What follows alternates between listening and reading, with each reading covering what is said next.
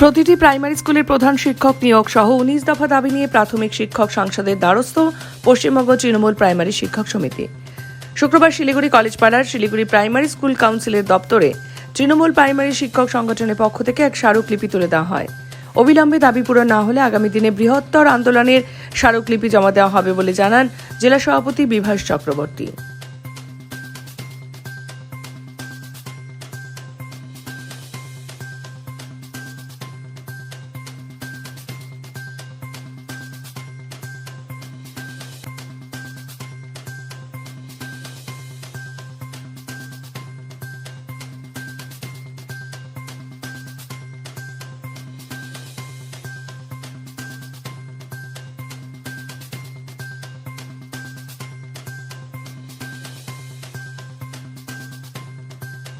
অবিলম্বে প্রত্যেকটা বিদ্যালয় হেডমাস্টার নিয়োগ করতে হবে।